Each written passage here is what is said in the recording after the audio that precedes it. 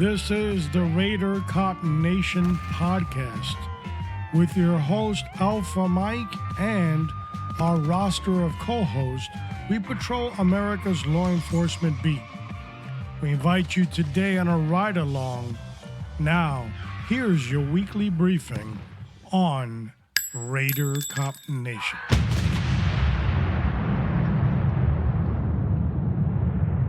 Transmitting high atop of Florida's peninsula at 108 feet. This is Alpha Mike, and you're listening to Raider Cop Nation, episode 108.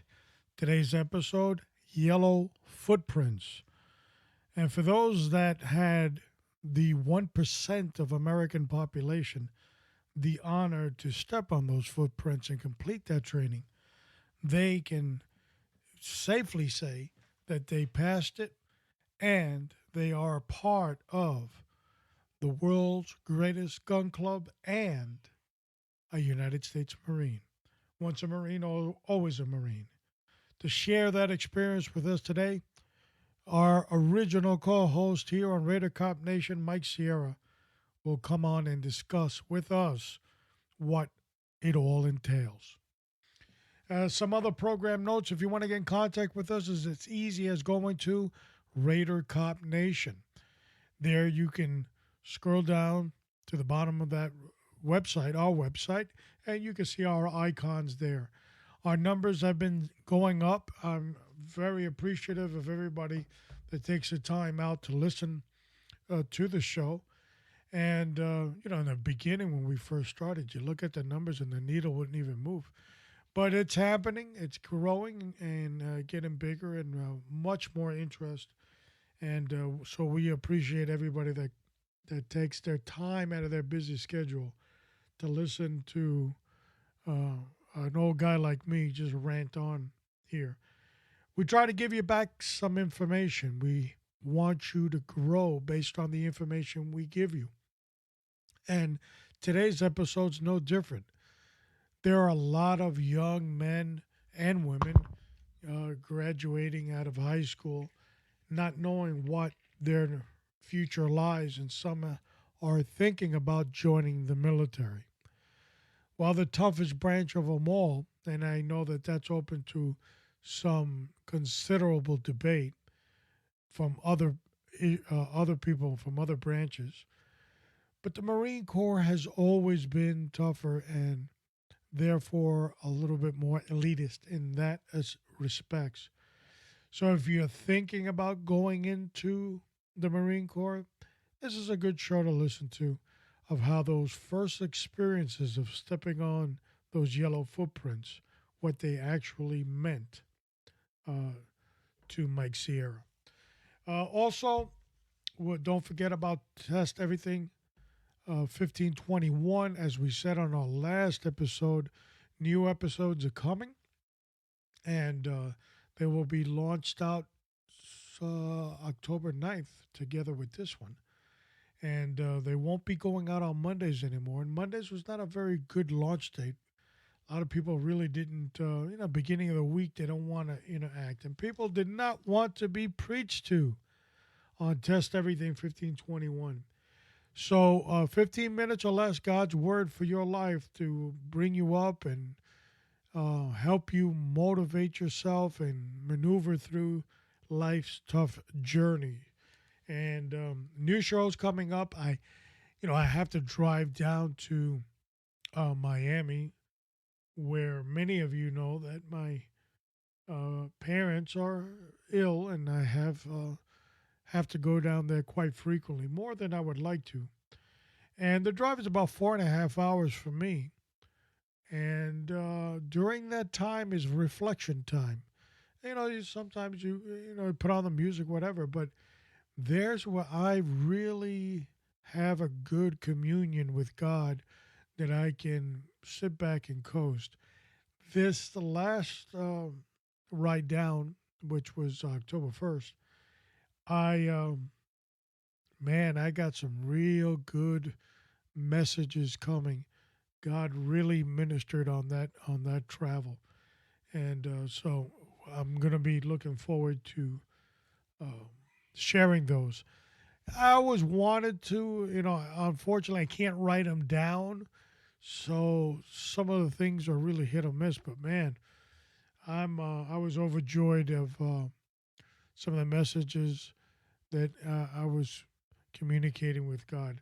That moment where you set everything aside and talk to a superior power like God, there's nothing like it. All right, so speaking of that, let's get to the message of the week.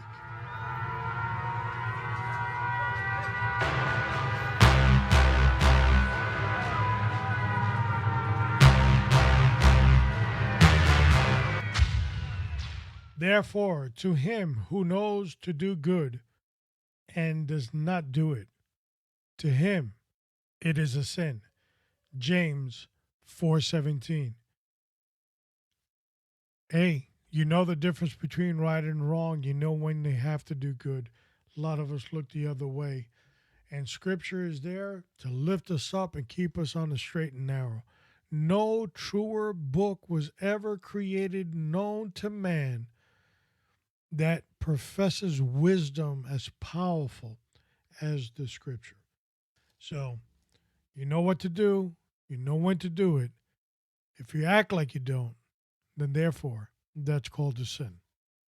All right, as a reminder of our schedule for the month of October, of course, this is episode 108, October 9th, the Yellow Footprint. Next week, we will have October 16th. We will have the superhero will be the cop, back from a long hiatus this summer and well rested time for him. Got promoted to the rank of lieutenant. He will be on our stations talking about the club, those clubs that are either professional in nature for law enforcement or social or more ethnic type of organizations. He'll talk about the good, the bad, and the ugly of those. October 23rd, episode 110 with yours truly, we will be talking about situational awareness and thinking at every aspect of the awareness that you have to have. Great show for those carry concealed firearms or weapon individuals that are civilians. We want to pay close attention to some things, and letting our guard down in today's society is definitely a no-no. And we round off the month of October with Trick or Die, episode 111 with The Cop. October 30th, episode 111, Trick or Die. Cop will discuss a little bit about the Halloween safety maneuvers for kids, as well as child abduction, and how to be on your toes a little bit more on the social network aspect of it, too. So, interesting show, and we look forward to that episode as well. All right. Well, I've bored you enough, and it's time for the legendary, the original co-host of Raider Cop Nation, the man, the myth, and the legend, Mike Sierra.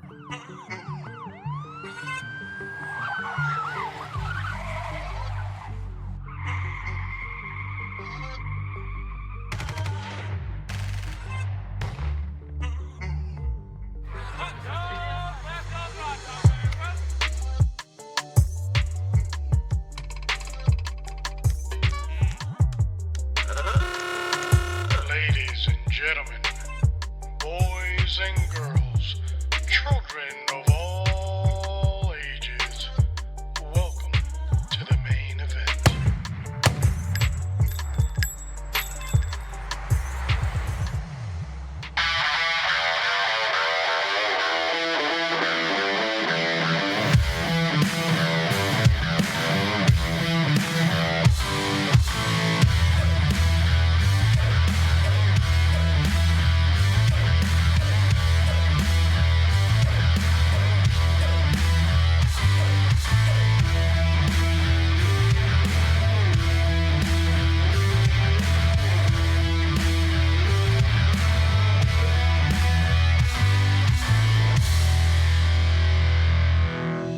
After a long hiatus, here he is, the one and only true co-host of Rated Cop Nation, Mike Sierra. Welcome back to the show.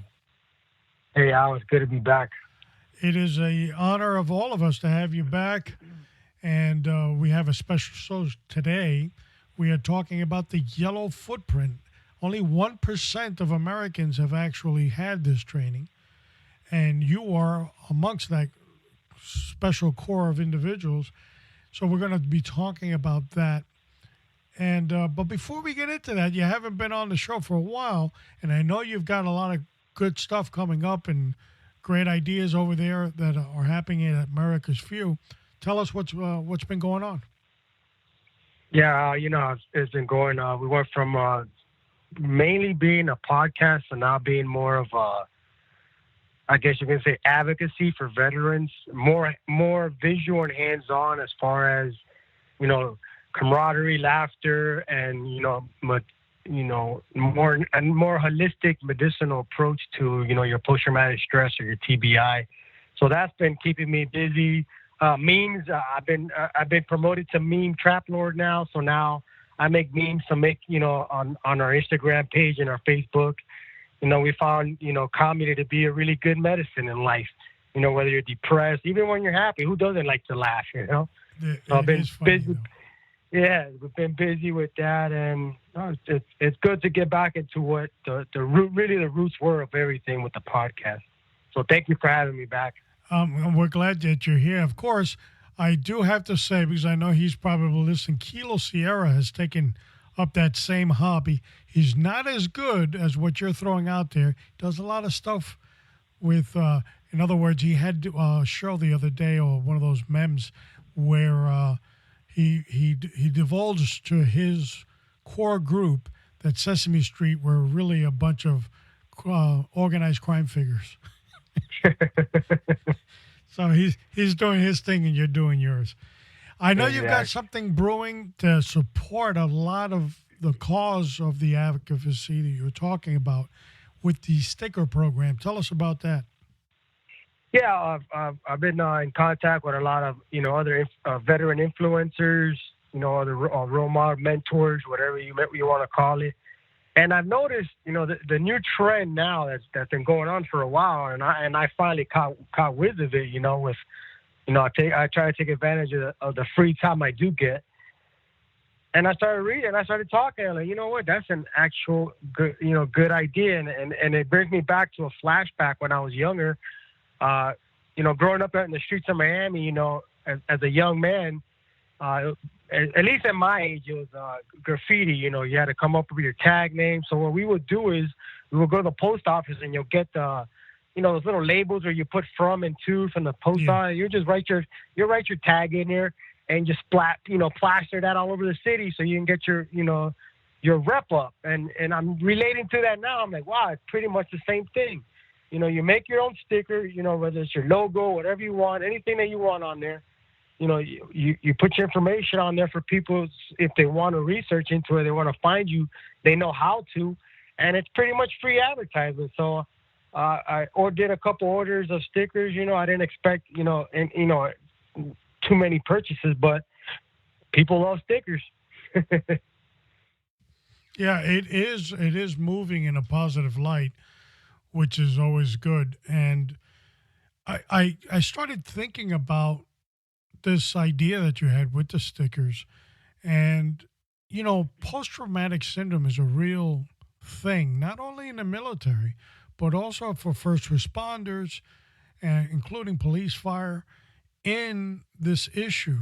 And for us to say, well, if one group is using this and another group is excluded because their employment won't allow them. So this is a bigger picture than what people are really presenting. So, kudos to you for what you're coming up with. And I know that the audience is going to really want to hear more. So what's your future mindset on this program?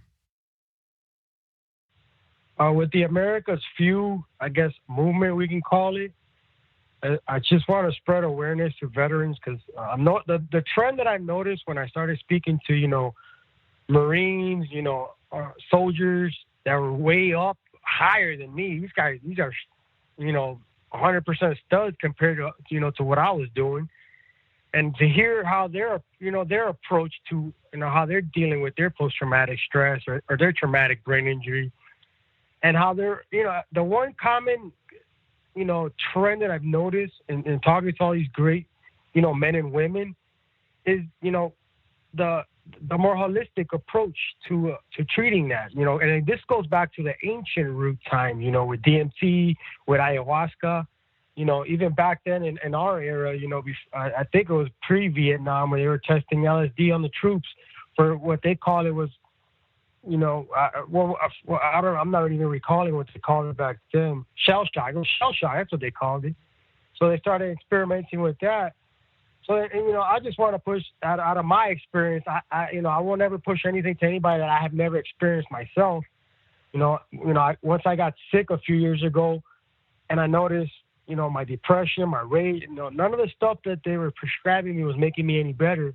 Until finally somebody pushed me and said, "Hey, man, how about you give medical cannabis, medical marijuana a try?" And I'm like, okay, I was never really a big smoker growing up. My generation, it was, a Cisco or Mad Dog 2020, and we're good. Yeah. And I wasn't really a pothead or stoner per se. And I didn't get back reintroduced into marijuana until, I just decided, I was enough with the pharmaceuticals. I was done with the chemicals. I want to go a more natural route, something that God, put on this earth. Man didn't make plants.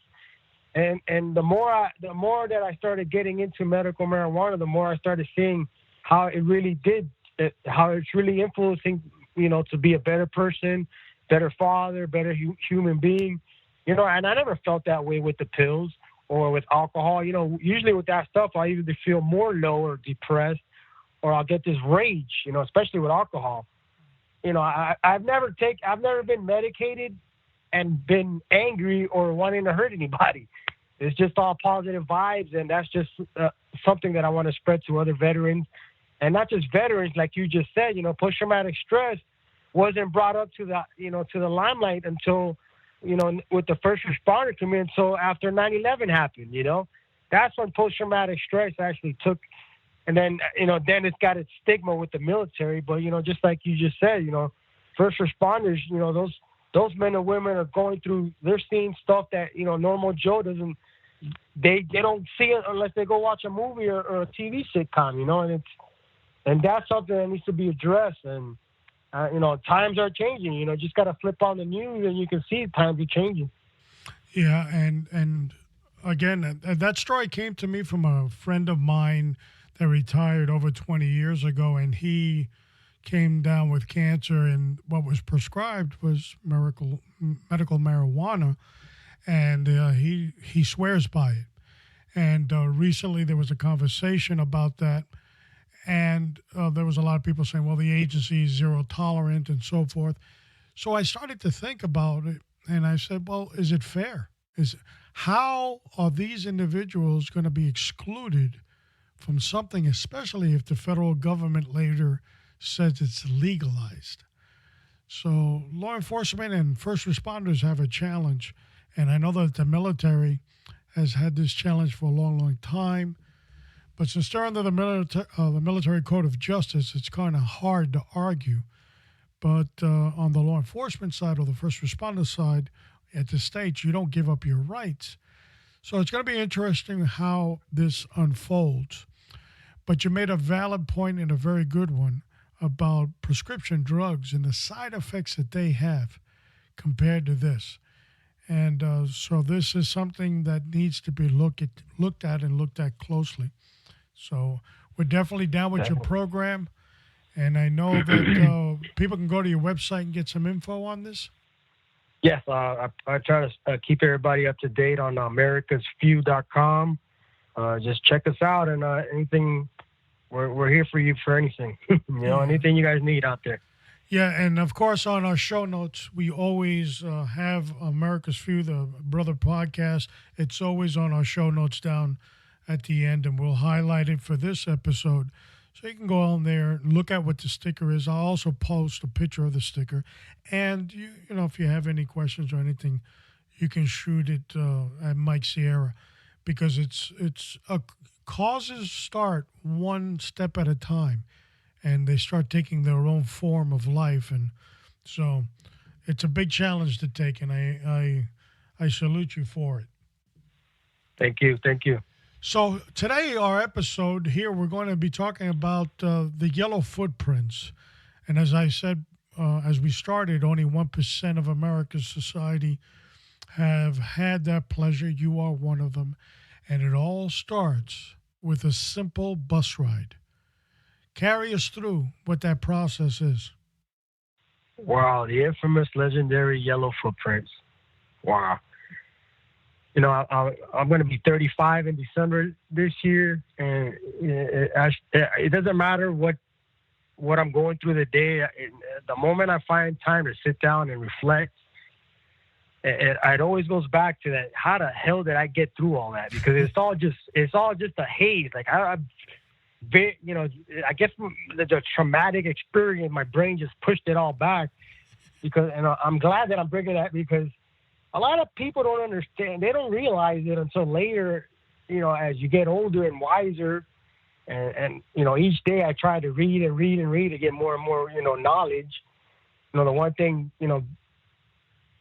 God will always supply with us is knowledge. So I'm like, I got to keep reading this stuff, Yeah. So back to what I was saying is that going through, Marine Corps basic training boot camp, that in itself is a traumatic experience, because the majority of the recruits that go through there are fresh out of high school. They don't know nothing about, military customs and courtesies. The generations change. My generation was all big about military, so I was always interested. So I did my research. But, generation change, they lose interest, it happens. Right. So you're grabbing this 18, some are 17, and then you're throwing them into this war killing machine that's called the Marine Corps. And, you're pushing them through 3 months of, basic training. I still believe we're the longest out of all the armed forces of the United States. We're still the longest, and it shows. But, 35 years later, I'm like, man, that's traumatic. That's traumatic. So your post-traumatic stress, at least in my opinion, begins the moment you step on the yellow footprints, because that's a traumatic experience. You hear stories from friends, if you had any friends that shipped out before you did, and, they kind of prepare you. I got lucky because my brother went a few months before I did. So he was pretty much filling me in on everything, what I should do, how to get up, because the main thing you wanted to do, at least for me, I wanted to get a stripe. I didn't want to graduate boot camp without a PFC stripe. Mm-hmm. So I said, I'll do what I got to do, and then I did it. I got meritoriously promoted to PFC before graduation, and that was one of the proudest moments. And it's just that. It's like, man, you're going through that trauma, everything's new, you don't want to mess up, because you see what happens when, this other recruit messes up. It's no longer I, it's we. Mm-hmm.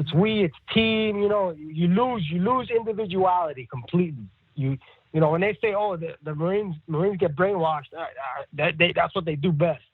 They brainwash you, And it was funny. I posted a meme a few weeks ago about how, the meme was, comparing the different armed forces of the United States of America, and it gets to the Marine Corps, and it just says cult. Pretty much the Marine Corps is America's biggest cult. Yeah. Because it doesn't matter how old you are, a Marine's going to be a Marine. That Marine's going to be acting the way he was 30, 40 years prior, before they reach old age. And that just shows you the kind of breed, the kind of, I guess, DNA it takes, for anybody to want to go through that nonsense. Because it's craziness. It's nuts in there. So, it's a big brotherhood, camaraderie, and that's pretty much what I was looking forward to. But, man, boot camp was crazy. It was definitely an eye-opener, more than I had already experienced. But it definitely shaped me to become the man that I am today, that's for sure. Now, the training has changed, even as hard as it is today, than it was, let's say, 30 years ago, because of lawsuits and things like that. But it's a game changer. It's not really training. It's building character. So it really changes the person. Doesn't matter how old they are, like you said. So you get on that bus. Imagine you're 18 years old living with mommy and daddy, and you think you're going on a field trip to Disney, and the bus pulls in. Life changes. Oh, it was terrible. When I on my shift, it was on my mom's birthday, so she was. You know how moms are; they get emotional. They automatically, when me and my brother told her we joined the Marines, she's like, "Oh, you guys are going to go to war," and the first thing every mom thinks is that my son's going to die in war. Yeah. And then, I'm waiting there. So I'm pretty much just hanging out there with my friends. My last moments as a civilian. The recruiter showed up. It was really late at night, and then we get back to the MEPS. The MEPS is where they process all the pulleys from every recruiting station from every branch, and you go in there, you get processed, you go through your medical. They make you squat like a duck and walk, and it was a bunch of weird stuff. And again, you're a young adult, you're pretty much a young adult because you just 17, 18, you're like, what the hell is all this going on? Mm-hmm. You got eye exams, hearing exams. They gotta check your feet, check your skin, all that crazy stuff. And then you're just waiting there, and then they just get another bus, load everybody up, and then to the airport. So I'm flying out of MIA, and I think we went into Beaufort, I think, in South Carolina. So you're in an airplane. A lot of America's youth never been in an airplane until unless they sign up for the military, and then they're getting flying out. Mm-hmm. So you're already there, and you're already paranoid. You're like, man, I don't know what to expect. This is all brand new to me. You get there, and then there was a special floor. I don't even remember it because it was all it was dark. Everybody screaming at you to go this way, go that way. All I remember is that we get there, and there was a floor. It was a room or something in the airport. It was all just Marines there, and they're processing you. So you're in line. You're waiting for your name. They give you, all your paperwork, and then you get loaded up to the infamous bus. And you're on the bus. Da-da-da-da-da. It's a regular Marine telling you, all right, you guys are going to go to, Marine Corps Recruit Depot, Parris Island, South Carolina. Blah, blah, good luck. So as soon as the lights turn off, first thing everybody's doing is, I'm going to sleep because it's going to be a long freaking night. Mm-hmm. But, you can't sleep because you're nervous. So you're pretty much just pretending to sleep. And the lights are off. And then you're there because this eerie brakes start squeaking. And then you hear the bus stop. And then the lights come on. And then you're like, oh, man, I remember this part. And then the receiving drill instructor comes into the bus. And just the first thing starts screaming. Bah! Everybody get on the yellow footprints. You're getting on the yellow footprints. And then they stop you right, they give you the brief, and then they stop you right before, these two big silver doors with the EGA on it. And at the top it says, through these portals past America's finest prospect, I think it's something like that, United States Marines. And then drill instructor says, okay, open the hatch. And the first thing you're supposed to do is aye, sir, but you don't know that because you just graduated high school and you just left your mom's basement. So you open the door without saying aye, sir, and they're just screaming at you. Say aye, sir, aye, sir. Okay, aye, sir. Open the hatch. And then they rush in, and then there's a bunch of desks there. These are some old desks, back in the day, the school desks, and they're made out of, it's all stainless steel, and it's all for hygienic reasons. Mm-hmm. And they just, all right, sit down, and then, put your forehead on the table, and I just remember doing that for I don't know how many hours. So you're just sitting there with your head down on this cold desk, because it's literally steel, and you're shaking and you're freezing, and you don't want to speak out because you're afraid to get screamed at and put on the spotlight. So they process you out, and then you're supposed to call. I called once. I knew they weren't going to answer because I know how my parents are, and I just said, okay, I give up. Yeah. Drill instructor asked, did anybody answer? Nope. Okay, we'll send I guess they sent a postcard anyway that I got there fine. And then they process you out. They give you all your camis, your sea bags. You stuff it with all the gear you got. They check your feet. They give you your shoes. And you go through your receiving drill instructor, and your receiving platoon. And then you finally the next day get hopefully, and it's all nerve wracking. You're just like, man, I hate being here, but I just want to be assigned a platoon already so I can start training so I can get the hell out of here. You know what I mean? Yeah. So it was all fast paced, and I saw some stuff there. And it shaped me to be the Marine that I was, and that's what I pretty much passed on to my Marines. So it was definitely a very rewarding experience, as miserable as it was, especially those damn sand fleas. Yeah. And you'd never forget the experience. It is a character builder. And of course, there's no comparison to that to law enforcement basic training. But, they like to say in law enforcement, we have 2 weeks of Hell Week. But this is just completely Hell Week. The whole training is hell. So there's a big difference. And the values that you learn because of that training stick with you for your entire life. And not too many branches can say that. No, that's for sure. Yeah. I just found out the other day it was the Air Force's birthday. I was like, you guys actually celebrate that? I didn't even know that. Yeah, I saw I saw some funny stuff on your America's Few Facebook page and with the Air Force and stuff. I couldn't resist to put a chair there, so as a comment. So yeah, I couldn't. Yeah, that's one thing. Resist. That's one thing with the veterans. They got very, very dark humor that the normal, snowflake will just get completely offended by. Right, and like you've always said, between veterans, you guys kick it, and but we all have respect for the service that they did, of course. Definitely.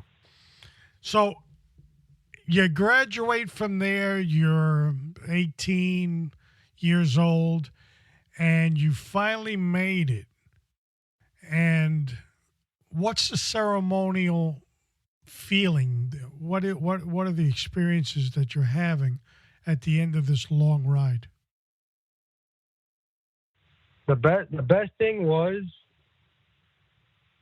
at the end of the crucible, when you're done and you get your Eagle Globe and Anchor. They do they have the EGA ceremony where you get your EGA, and you're just completely filled. But all you care about is that you finally earned that title, that you're finally a Marine.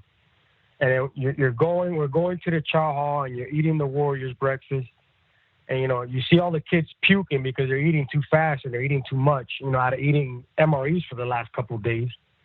Your body's like, whoa, what's this stuff? It was just definitely the proudest moment of my life was when I got on those footprints and when I left the footprints, that's for sure. Yeah, you can't be the same person when you stepped on and when you stepped off. You're two different people, and that goes with you for the rest of your entire life.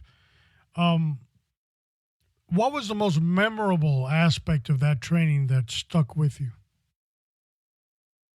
The most memorable was when the drill instructors finally dropped it down from killing us mode to the mentoring role, and to seeing them as just Marines and not just a drill instructor, but an actual, just a Marine that this is my brother now. Like, we're brothers now. Like, that to me was like, wow, this is amazing. Because you looked up to these guys, Yeah, you've arrived, that kind of thing. Yeah, you made it. We made it, and they make it known that, hey, this is the world's best gun club right here, man. I like that one. It is. It is. It was an eye opener for sure. Well, as we said when we started this podcast, you can never compare the yellow footprints of the Corps when you go into basic training with anything that resembles it in law enforcement. We thank you for your service, and we always thank Mike Sierra for being a co-host with us. We want to stay on top of the sticker program. We're going to do the links down on the bottom of our show notes, and we have a program coming up in November 13th, I believe it is, where we're going to be talking about miracle marijuana. So we definitely want to invite you back on. Oh, definitely. I'll be honored to be back for sure.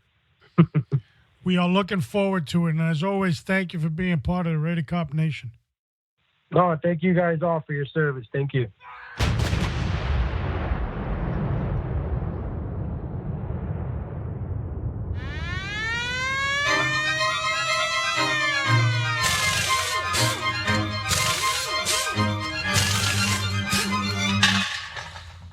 was great to have Mike Sierra back on and talk about his experience in the Marine Corps and his real footprints. Definitely changes a person. They never are the same. They will always be Marines. And it's always good to hear that motivates people. It's a big decision in people's lives, especially our young Americans nowadays, whether they want to serve the volunteer army. As we said, less than 1% of American population actually take that dive. So for those that have done it and that will do it, we thank them profusely for keeping our country as free as it is because of that service. We also talked to Mike Sierra and about his sticker program. We're going to keep tabs on that, and you can always go to americasfew.com, and there you can see what the sticker looks like. And again, an advocacy for post traumatic syndrome. And even I recently saw, and I want to close out with this. I recently had the pleasure of seeing the movie The Joker. And a lot of people comment were that the Joker movie was strange, weird, peculiar. Those were the words that you heard. And the reason it's so strange and peculiar is because you, the audience, are in the Joker's head. So reality is fictional, and fictional is reality, and somewhere in between is the truth. So that's why it was so fascinating. But my point is that in the movie, the Joker basically does talk about post traumatic syndrome. And he then notices that the social worker that he's been talking to every week for years is not really paying attention to a damn word he's saying.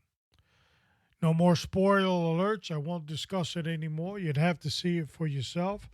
For some people, it's good movie. For some people, it's far twisted for their imagination.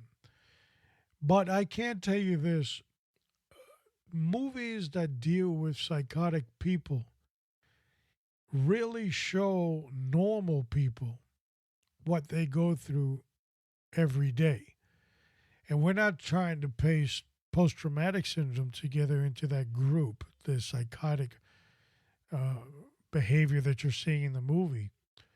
But we tend to, as a society, block out people that are in need. And mental illness is one of those things that people just don't really pay attention to. It's not my problem, it's someone else's problem. But every day, more and more people are diagnosed with all kinds of psychotic illnesses and taking medication for it. And what some of these side effects are, we'll probably really never know what it is doing to our society. So, in seeing this movie, it allows you to dwell in a little bit into that mind. This is probably the beginning of many other movies that the Joker sequels will have. But Joaquin Phoenix did a tremendous job in being that psychopath. And from my experience, and those that know that I dealt with that clientele for many years, they will tell you, I could tell you, that he looked pretty convincing. So kudos for that. Um, we did the schedule. We rounded it off. We told you what's coming up in October already. And on a sidebar, I just want to say a little bit more about the coming holidays that are fast approaching. You know, you go to the I don't want to say a department store, but you go to certain department stores and it's June or July, and they're already putting up Halloween stuff. And before Halloween's even over, ho ho ho is right down the end of the corridor. But every holiday for us and a lot of podcasts, it becomes difficult because your competition now is family, which always comes first. But remember, if you miss a show here, you can always catch it on your leisure.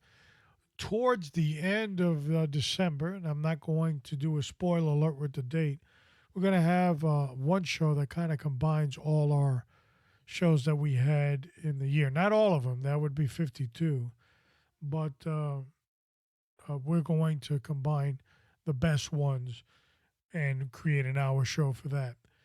And as always, be safe this coming season. And remember, time change is coming, so it gets darker earlier, and criminal minds are out there. And be on your P's and Q's because we want you to come back and come back safe. As always, it is my honor and my pleasure to be your host on Rated Cop Nation. As always, continue to pray for yourself because without you in the game, we have nothing. Pray for your family, pray for your community, pray for the law enforcement agency that serves you, and most important, pray for the United States of America. This is Alpha Mike, out.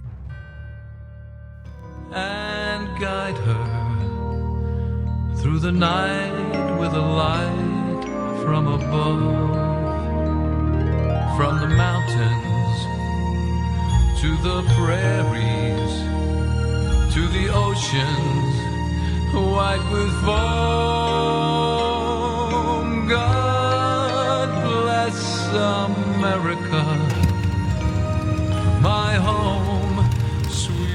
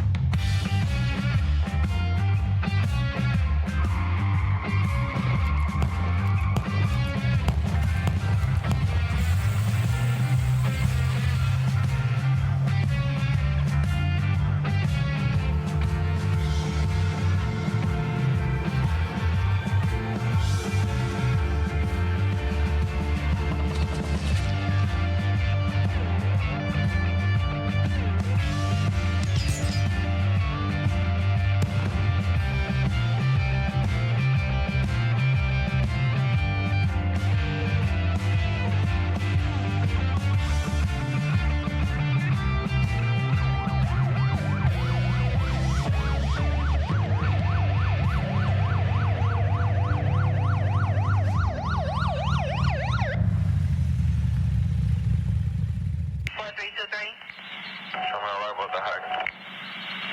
4323, just 1322.